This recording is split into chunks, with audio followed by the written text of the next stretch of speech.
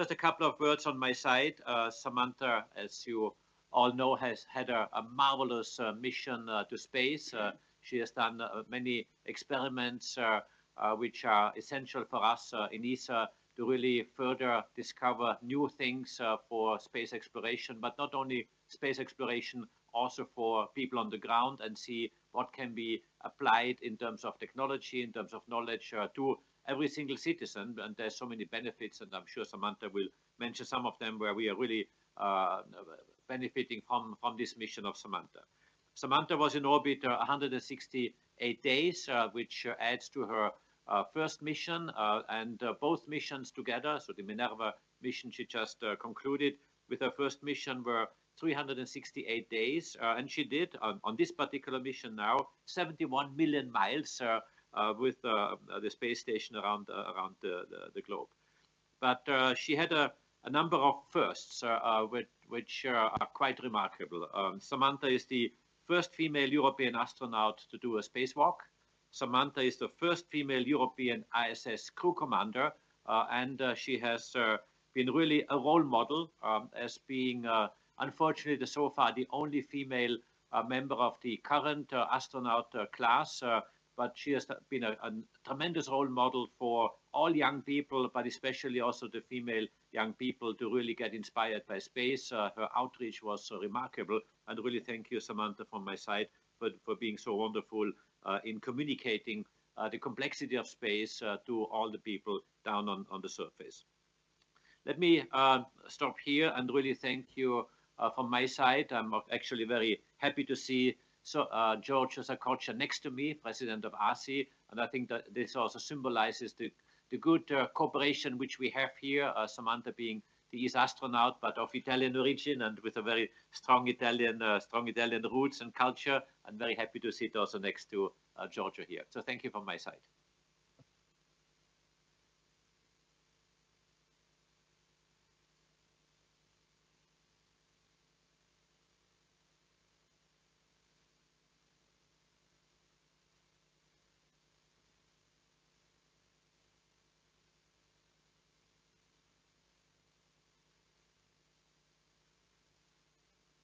First of all, most important thing, and welcome everybody here at CEST and also online. Indeed, this mission does not stand alone. We had 3 consecutive missions now of European astronauts on board of the space station for 1.5 years. We had European presence in orbit.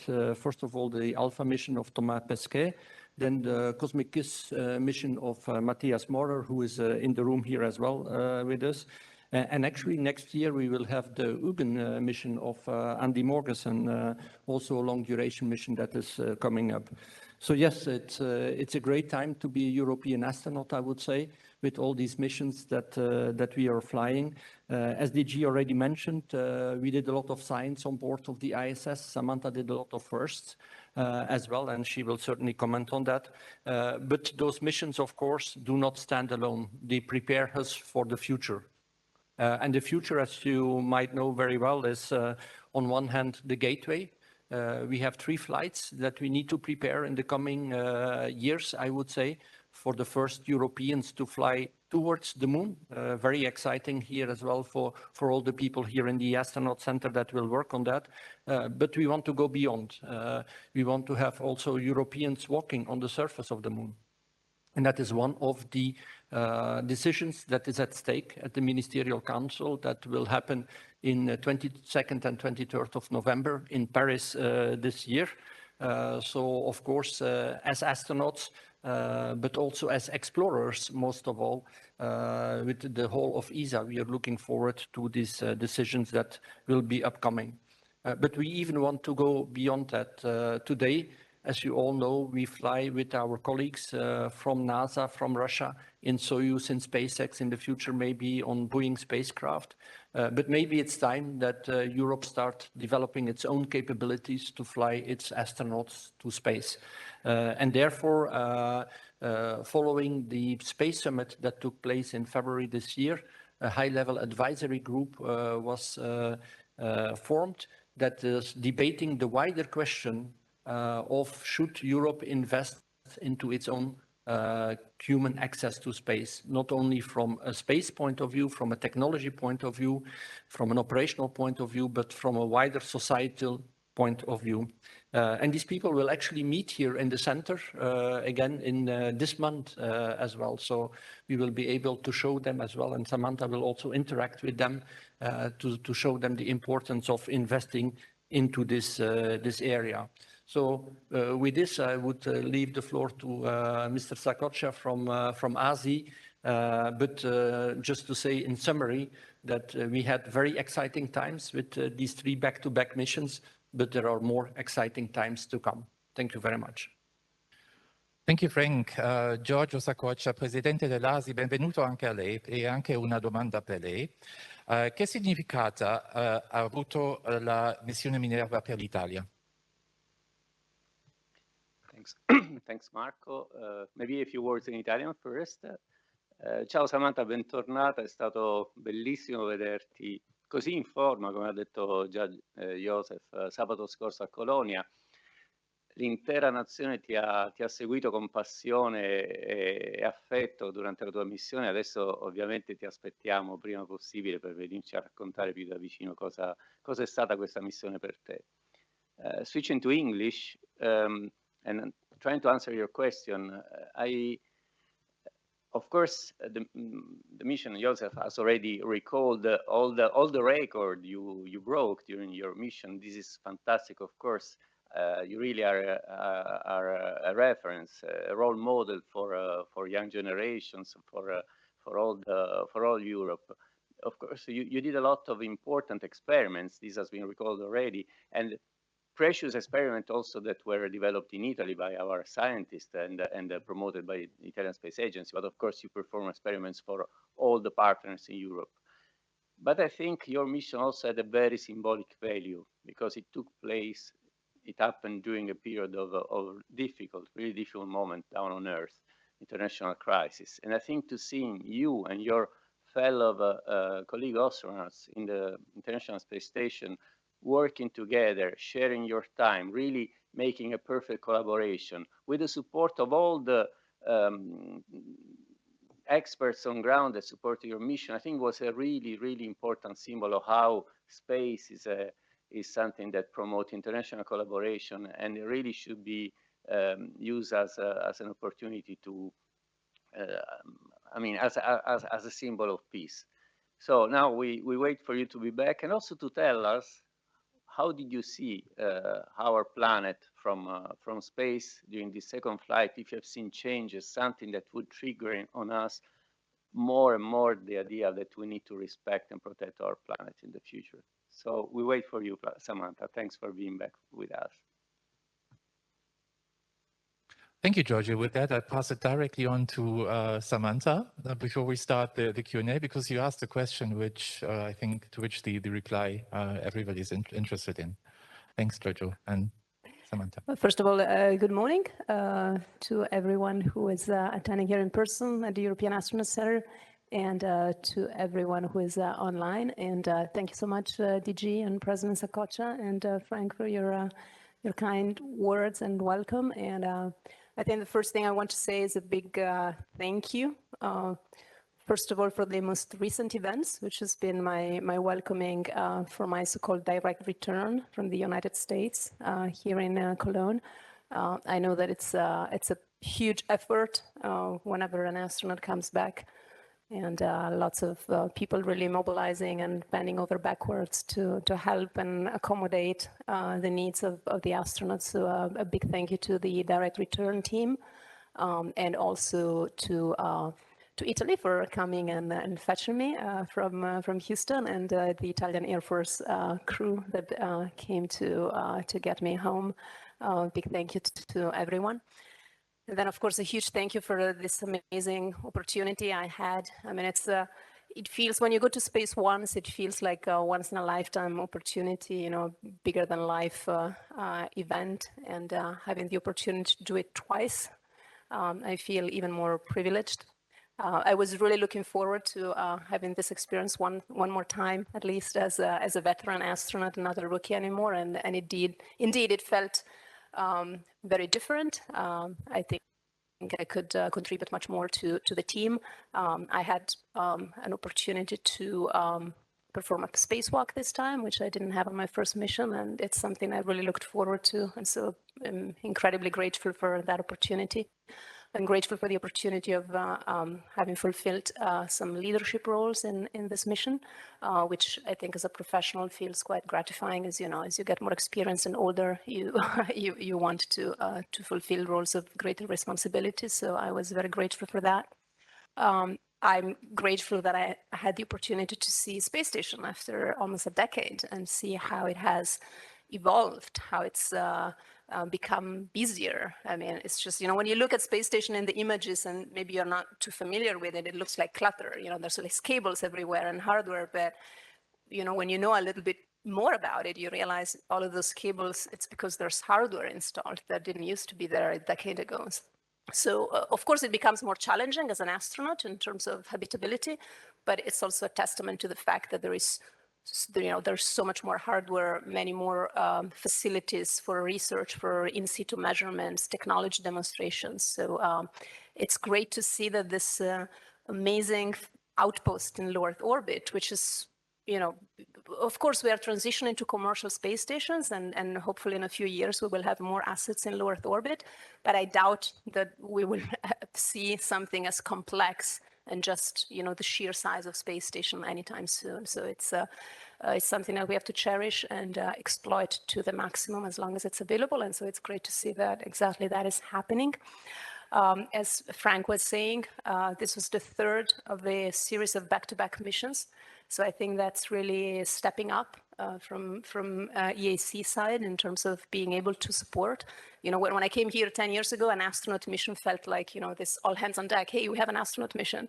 But now it's more like we can easily afford to have 3 in a row and you know, and handle those operations. It feels much more, I think, for the teams like routine. And so I think that that's a huge you know, improvement, upgrade in the operational capabilities. And as Frank was mentioning, I think we have to build on that and continue to grow in our capabilities in Europe, both in terms of being able to be more autonomous in building hardware that allows human beings to fly to space and exploit the opportunities in low Earth orbit and beyond, and also in the operational capabilities. So it's one step that we took, I think, and there's more steps to come, and we really have to be ever more ambitious in the challenges we're willing to take. Thank you. Thank you so much, Samantha. And with that, we open the Q&A with you, our colleagues from media. Please flag your interest to my colleagues Carmen and Simone, and directly in front of you. Yeah. Good morning, Marta Meli from Sky TG24. I will pose my question in Italian. Buongiorno Samantha, è molto emozionante vederti qui oggi così in forma, complimenti per la tua missione. Come hai sottolineato, sei stata la prima astronauta europea a compiere un'attività extraveicolare e a farlo con tuta russa. Che tipo di esperienza è stata? Era un sogno che non eri riuscita ad esaudire durante la prima missione. E che cosa hai provato là fuori, anche guardando la Terra da quella prospettiva? Grazie. Sì, buongiorno, grazie della domanda.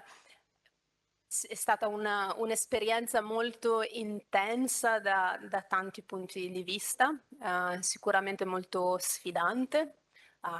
Prima di tutto meramente da un punto di vista fisico, soprattutto la tuta russa più della tuta americana è molto rigida, quindi è molto faticoso lavorarci dentro, ed è una tuta taglia unica, quindi c'è veramente soltanto una taglia di tuta. Io sono veramente al limite basso della altezza, diciamo, che può essere ancora accomodata, e quindi sicuramente una grande sfida da un punto di vista fisico. Da un punto di vista mentale, devo dire, mi sono sentita molto preparata e devo dire anche molto a mio agio fin dal primo momento. È un'incognita, cioè prima di uscire non lo sai come reagisci. Succede che le persone si sentano disorientate quando escono per la prima volta all'esterno. Di solito si cerca di di sincronizzare l'uscita con l'eclissi, quindi con la notte orbitale, in modo che sia meno disorientante. Noi abbiamo accumulato un po' di ritardo nell'attività preuscita, quindi alla fine l'apertura del portello è stata di giorno e quindi insomma ero un po' così, non dico in ansia, ma insomma facevo questa domanda, no? Chissà come reagirò. Invece devo dire mi sono sentita subito a mio agio, perché poi alla fine credo che dentro alla tuta ci si sente un po' come anche in addestramento, no? Cioè gli odori, le sensazioni all'interno della tuta sono molto simili, e quindi credo di essere riuscita ad astrarmi dal fatto che poi ero effettivamente nello spazio. Mi sono concentrata molto sul lavoro, sull'attività, perché insomma sapevo che erano attività sfidanti e insomma non volevo fare errori o creare qualche problema, e quindi mi sono concentrata molto sul lavoro per le quasi 7 ore che siamo stati fuori, se non nella parte finale in cui abbiamo avuto una ventina di minuti in cui il mio collega, che era il nostro lead spacewalker, si è preso un po' di tempo per poi tornare nella camera, nell'airlock, e quindi lì c'è stato così un po' di tempo per godersi semplicemente il fatto di essere lì fuori, di osservare la terra che ci scorreva sotto. E quello, diciamo, è stato un po' il momento in cui ho potuto veramente poi godermi sul momento la passeggiata spaziale. Poi, come spesso succede in questo tipo di esperienze molto intense, continui ad elaborarle dopo. Magari te le godi di più dopo che non lì sul momento, perché no, ti godi i ricordi senza lo stress di dover performare lì in real time. Thank you both. Are there more questions from the audience here? Good morning, Yupen from China Media Group. And firstly, congratulations to you for accomplishing this mission successfully. And many has regarded you as a role model in Europe, but I must say you are a role model in China too. And especially after you post the 3 photos of China and quoted a classic poem of China, which attract a lot of Chinese fans on Chinese social media. So I'm curious about how good is your Chinese, and perhaps can you send greetings to Chinese fans in Chinese? And I have another question as well. And you have trained with Chinese astronauts, but that was 5 years ago. And right now, China is building a space station. Are you looking forward to working with Chinese astronauts one more time again in the future, and to board the Chinese space station? Thank you.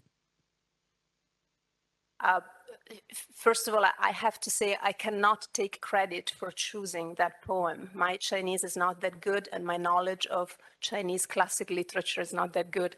I only reached out to a good friend of mine who is Italian and has lived in China for many decades, and who is a scholar of Chinese literature. And so I asked him, I said, hey, I have these pictures of China and we have not posted about China yet. I think it's important. And so what would you suggest for a post from space? And he came up with that wonderful quote. And he also came up with a beautiful translation into Italian and English. And that's how this post came about. So please do not think that I am a scholar of classic Chinese literature. I would love to. I mean, it's beautiful, but you know, there's only so much time in life. But yeah, I mean, of course, I think that, you know, human spaceflight has always been about, you know, international cooperation and collaborating among countries and among agencies. And so if there will be an opportunity in the future to collaborate again with the Chinese Astronaut Center and, you know, on human spaceflight, I would certainly cherish that opportunity. Thank you. Thank you. And with that, I would like to take a question from our media colleagues who are joining us remotely. And I'm asking my colleague Valeria whether she can unmute Andrea Bettini for Rai News 24.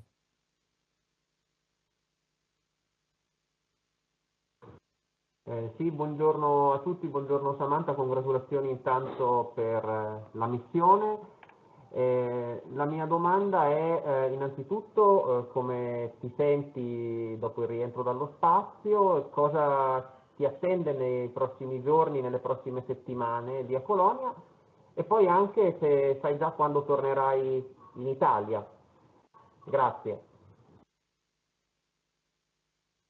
Grazie delle parole di accoglienza e di benvenuto.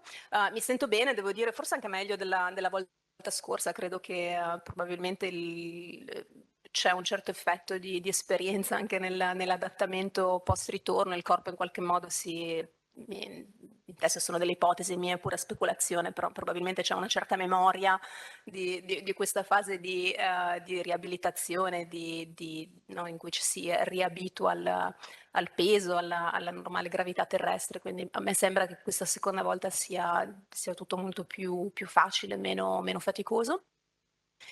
E mi aspettano nelle prossime settimane le cosiddette post-flight BDC, quindi le Baseline Data Collections per tutti gli esperimenti di fisiologia umana a cui ho partecipato e che richiedono post-flight delle sessioni di esperimenti in modo da avere i dati di ritorno alla normalità o di non ritorno alla normalità. In entrambi i casi è un dato interessante per l'esperimento.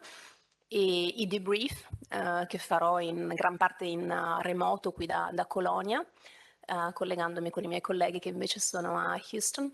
E poi per quanto riguarda il ritorno in Italia non credo che abbiamo ancora una data precisa per un primo ritorno in Italia, ma penso insomma nei prossimi mesi o al più tardi all'inizio dell'anno prossimo. Thanks to both of you. I would like to take one more remote question, and this one would be from Paolo Riccibiti from Il Messaggero. Valeria, can I ask you to unmute Paolo? Buongiorno, mi sentite?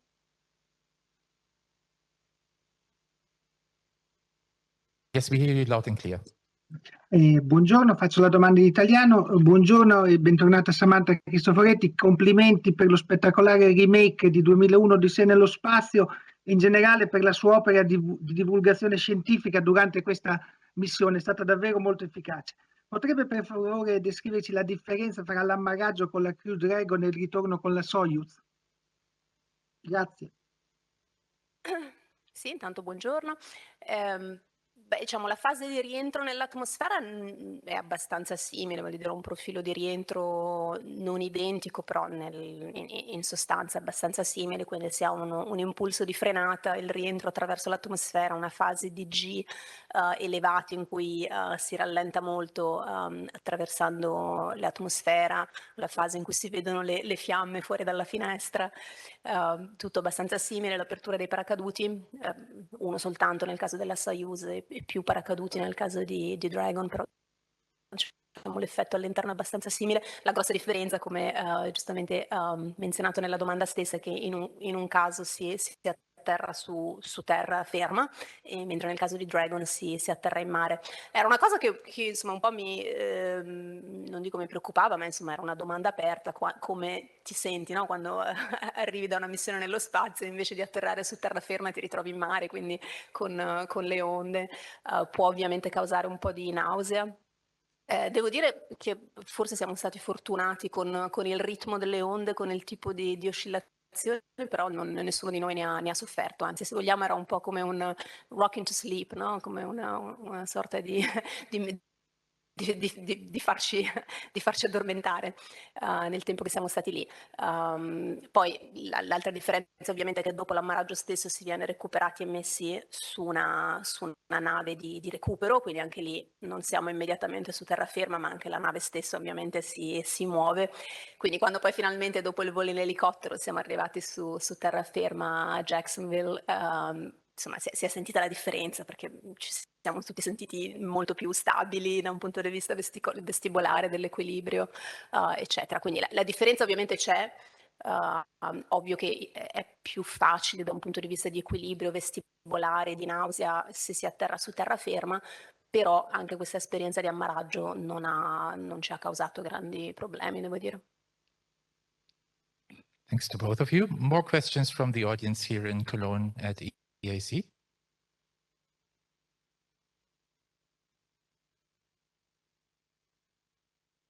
Ian Winnick for the German YouTube channel Senkrechtstarter.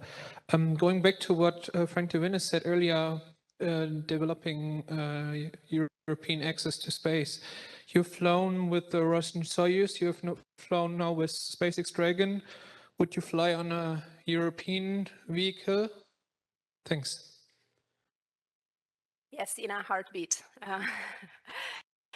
I think I've mentioned it before.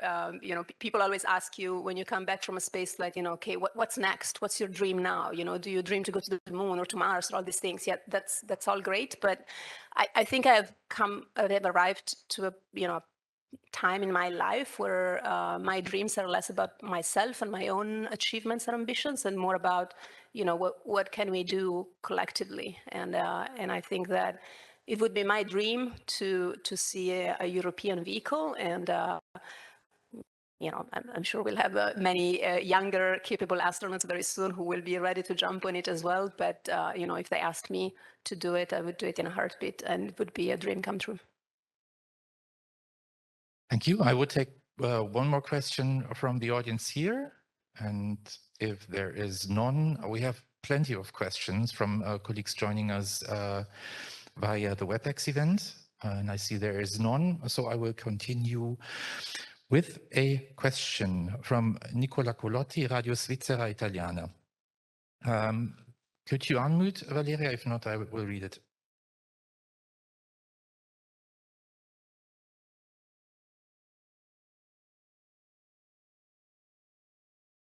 Okay, I read it out. It is in Italian. I'll try my best.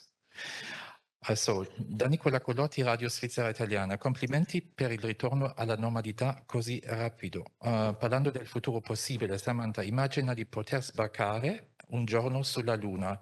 È un sogno realistico che potrebbe realizzarsi.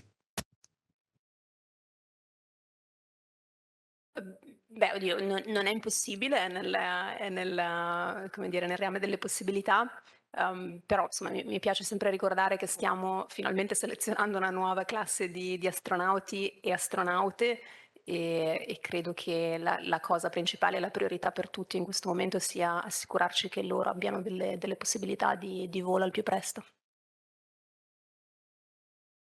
Thank you. One more from Giuliano Aluffi, La Repubblica. Let's see if we can hear him or not. Potete sentire? Samantha, Yes, loud and clear. Complimenti per il tuo rientro. Volevo chiederti, mi hai già un po' anticipato, perché volevo chiederti qual è il tuo prossimo sogno, visto che hai realizzato quello dell'attività extraveicolare. Quindi volevo chiederti se sarai la prima persona o la prima donna sulla Luna. Però, visto che già un po' hai risposto a questo, volevo chiederti anche un'altra cosa. Di tutti gli esperimenti che hai fatto sulla stazione spaziale, qual è secondo te quello che potrà avere applicazioni più interessanti anche per tutti poi sulla Terra? Grazie. Questa è una domanda, sì, no, grazie della domanda, è interessante, un po' difficile, diciamo, rispondere, nel senso che abbiamo fatto dozzine di esperimenti negli ambiti più disparati delle discipline scientifiche, dalla fisiologia umana ai fluidi, alla telerobotica. Qua c'è una lista lunghissima, quindi come dire, per fare una valutazione di questo tipo che non sia puramente così speculativa, dovrei essere un'esperta di tutte queste discipline che, ahimè, purtroppo non sono, e quindi diciamo su questa domanda temo di dover passare. More questions from the audience here in Cologne? If not, there's even more, which we got via our colleagues joining us online. Enrica Battifoglia, dell'ANSA. Let's see if we can unmute you. Bentornata a terra, Samantha, sei in ottima forma, sono molto contenta. Vorrei chiederti se ti manca già la Stazione Spaziale Internazionale. Abbiamo visto le bellissime foto e le cose che hai scritto su Twitter, ma vorrei chiederti se della Stazione Spaziale ti manca anche quel clima di collaborazione di cui ha parlato prima il Presidente Saccoccia, visto che il rientro a terra vede una terra assolutamente in crisi. Grazie.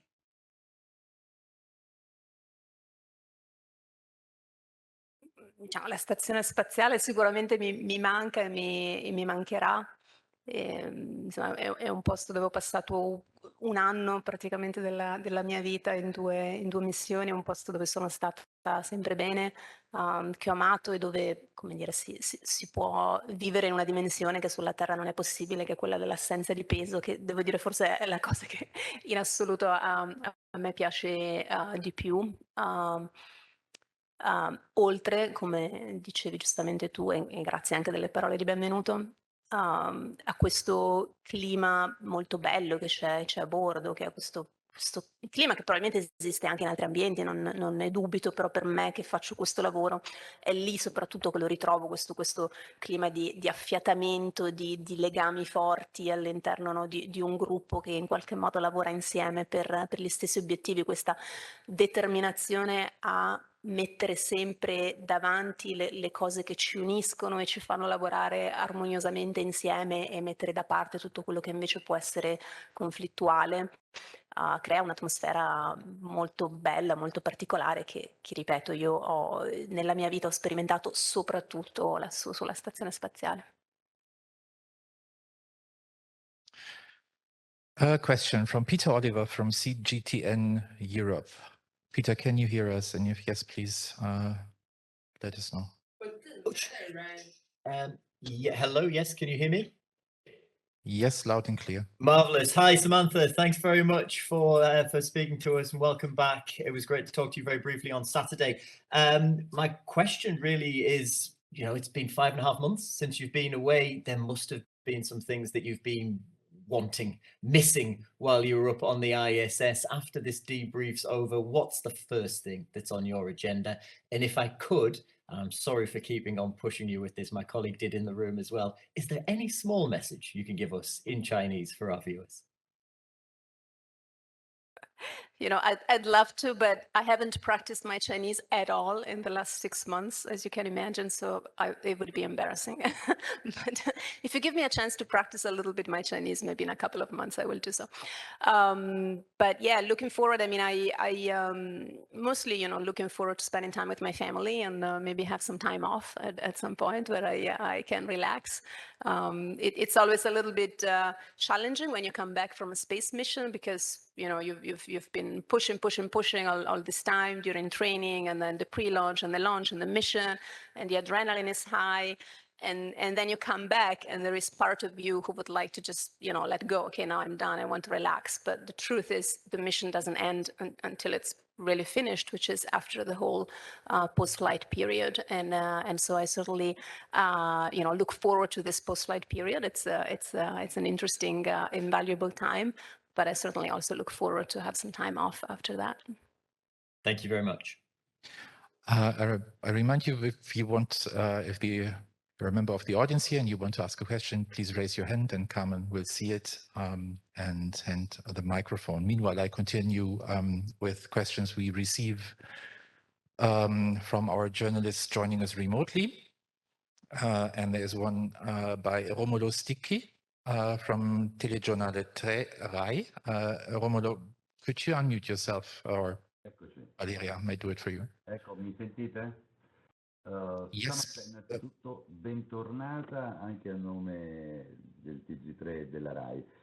Volevo chiederti il vantaggio di queste missioni. Siamo alla vigilia di una grande stagione dedicata all'esplorazione spaziale, tu ne sei la perfetta testimone, ma per la Terra tutto questo impegno, tutti questi investimenti, verosimilmente quali vantaggi porteranno?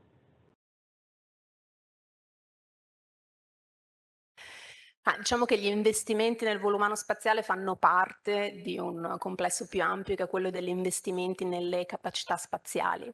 E credo che dobbiamo, come dire, piano piano acquisire consapevolezza del fatto che lo spazio non è più come magari è stato in passato questa specie di avventura là fuori separata dalle vicende umane, ma che le capacità spaziali di un paese o di un complesso di paesi come è il nostro caso in Europa è parte integrante delle competenze tecnologiche che quindi si traducono in capacità di innovazione, in competitività, alla fine in crescita economica, quindi è tutto in qualche modo legato poi alla, come dire, alla nostra capacità come paese di rispondere alle esigenze dei nostri cittadini. Questo per quanto riguarda tutto quello che è investimento in competenze tecnologiche. Poi ovviamente c'è tutto l'aspetto di ricerca scientifica che ovviamente no, che ne so, un esperimento ha dei benefici come dire, più particolari in un determinato ambito. Se tu fai un esperimento, non lo so, di medicina o di fisiologia o di validazione di una tecnica clinica o di un processo tecnologico, quello è un beneficio, come dire, concreto, particolare in quell'ambito.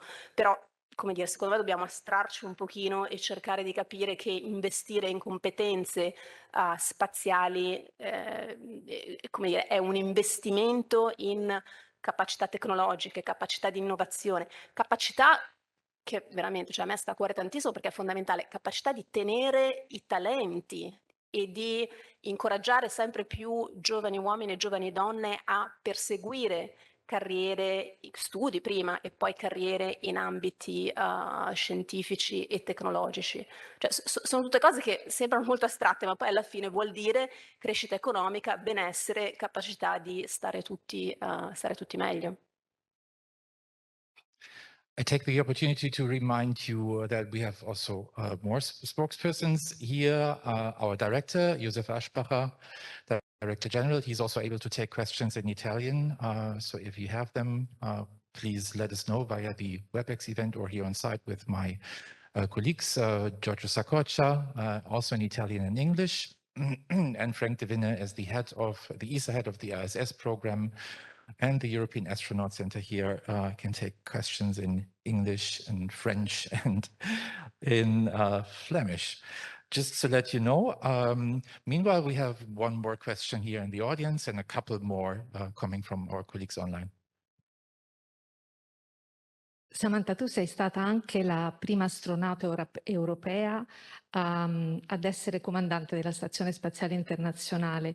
Ci puoi raccontare i tuoi 15 giorni da comandante? Anche perché a vedere dalla Terra il passaggio di consegne è stato molto bello e molto significativo l'abbraccio che ti sei data a proposito di collaborazione nello spazio con Oleg Artemiev nel momento in cui ti ha dato le chiavi del comando.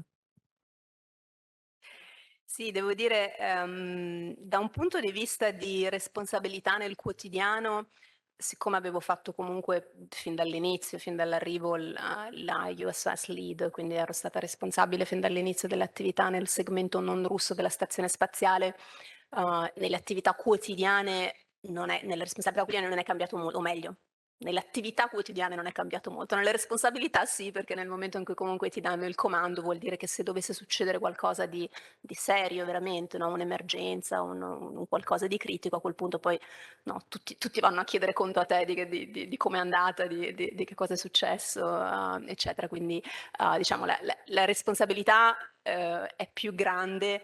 Poi nel concreto non è successo per fortuna nulla di grave, quindi io poi ho continuato le mie attività, come dire, di gestione del segmento americano. Però sì, la cerimonia è stata molto bella, anche perché devo dire Oleg è una persona molto calorosa, molto generosa, e siamo stati insieme fin dall'inizio, no? Sono loro, questo equipaggio, Oleg e i suoi colleghi ci hanno accolte, diciamo, sulla stazione spaziale perché sono arrivati prima di noi e abbiamo avuto questo periodo molto lungo insieme.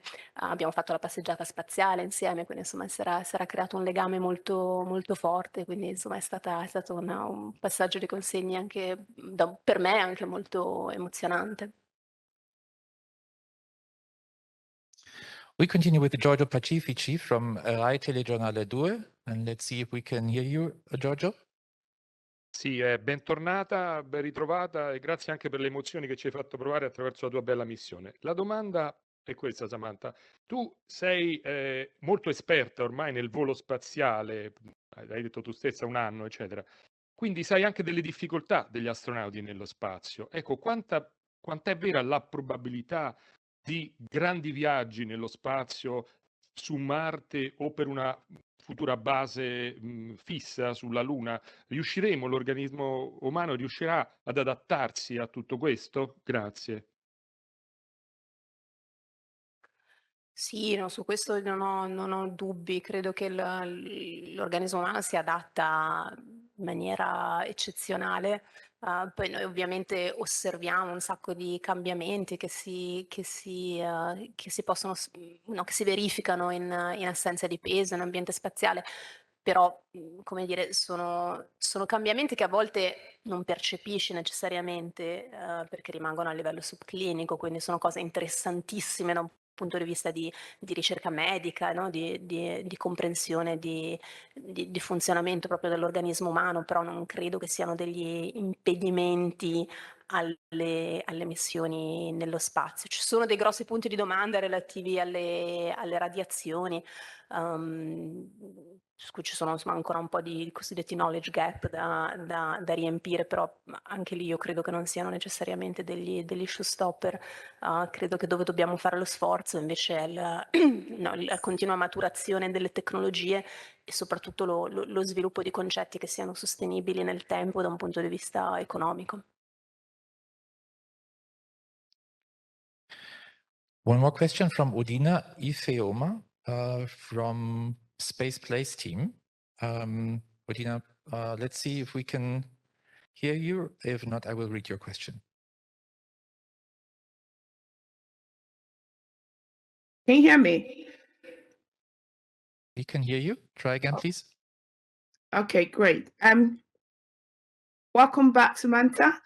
I've had an initial pleasure to exchanging an email with you in 2018. You probably wouldn't remember that.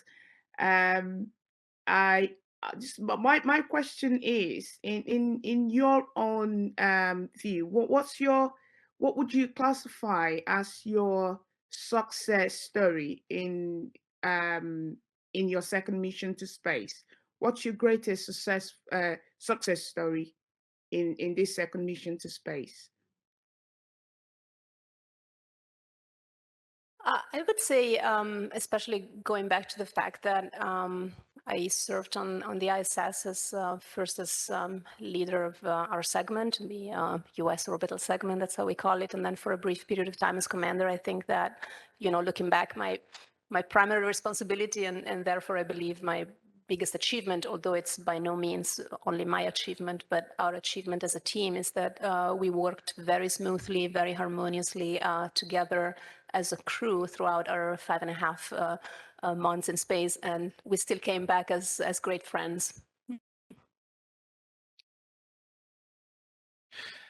I have a question from Elena Martin, Colpisa Agency, and I will read it for everybody as she has issues with regards to her audio. The question is, congratulations to you, Samantha. What do you expect of the selection process for new ESA astronauts regarding the increase in the number of female astronauts in the workforce? What do you think are the main reasons why there are few European female astronauts, and what is your opinion on the opportunities given to women in space? I think, I have not been involved in the selection at all, but from what I hear, we had a huge increase in the percentage of female applicants, and amazing, very high quality applicants, both men and women. And so I expect that I will be welcoming several new colleagues, both men and women, in a few weeks or a few months' time. I don't know if Frank wants to add something to that. Yeah, thank you, Samantha.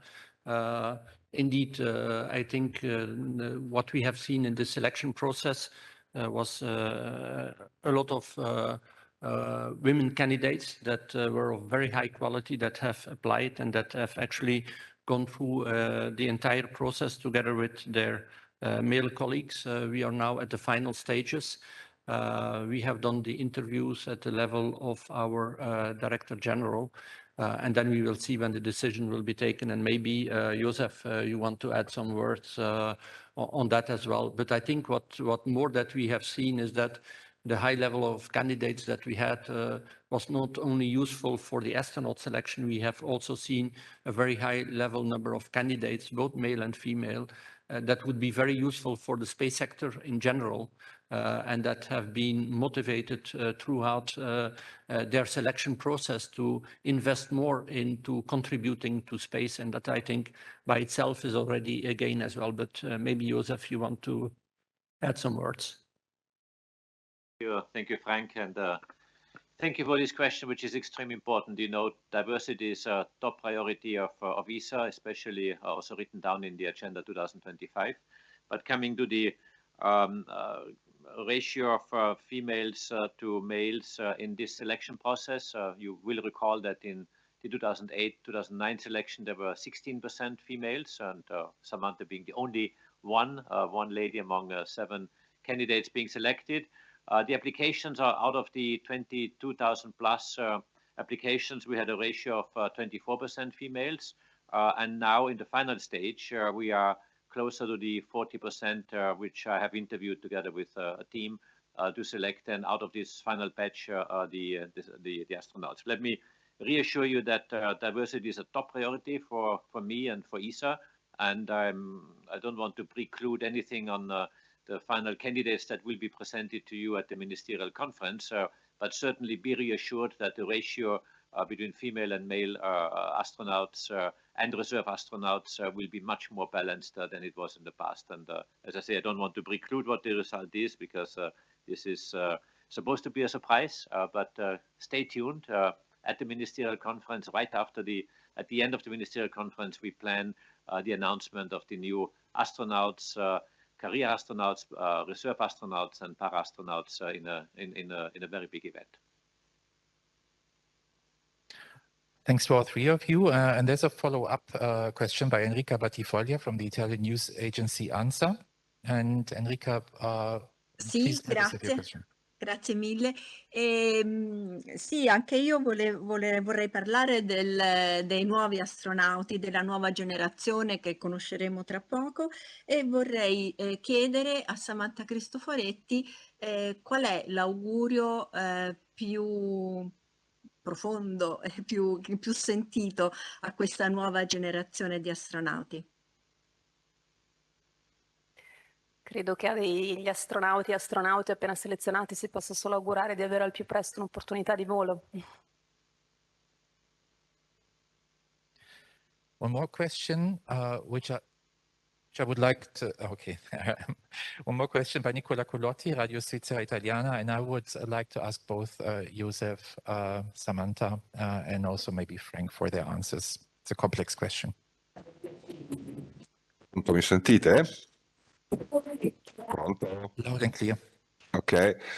Samantha, una domanda. Il futuro, innanzitutto complimenti e grazie per la disponibilità a rispondere a così tante domande.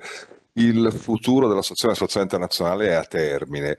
E cosa pensa che dovremmo fare in termini di esplorazione spaziale dopo la fine della ISS? Una nuova stazione in orbita attorno alla Terra? Una stazione magari in orbita attorno alla Luna? O una stazione addirittura in orbita attorno a Marte, proprio pensando alla nuova generazione di astronauti?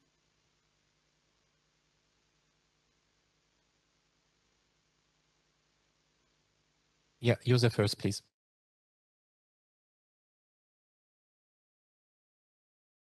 Forse rispondo in inglese per tutti gli altri. What we are doing right now is really asking exactly the question you have been asking, which is what does Europe want in this larger picture? It was mentioned before by Frank de Winne that I have initiated a process based on a mandate which I was given by the Space Summit in February this year, including also by President Macron, but really on behalf of all the ministers of ESA to investigate where does Europe want to go medium to long term. As you know, the space station, as we know it today, will cease to exist most likely by the end of this decade. Of course, the final decisions are being made in the various agencies and various places, but this is our assumption today. But the big question is what happens afterwards. There are several commercial options that are being prepared overseas, but also in Europe. We are quite actively involved in this. At the ministerial, we have some first elements that are preparing some seeds or some small elements to make sure that we are well placed. But I'm really preparing this decision of where Europe wants to be. And Samantha was very eloquently before saying in a heartbeat she wants to fly on a European rocket to space. Exactly this question we will ask to decision makers at the Space Summit, which we plan to organize at the end of next year.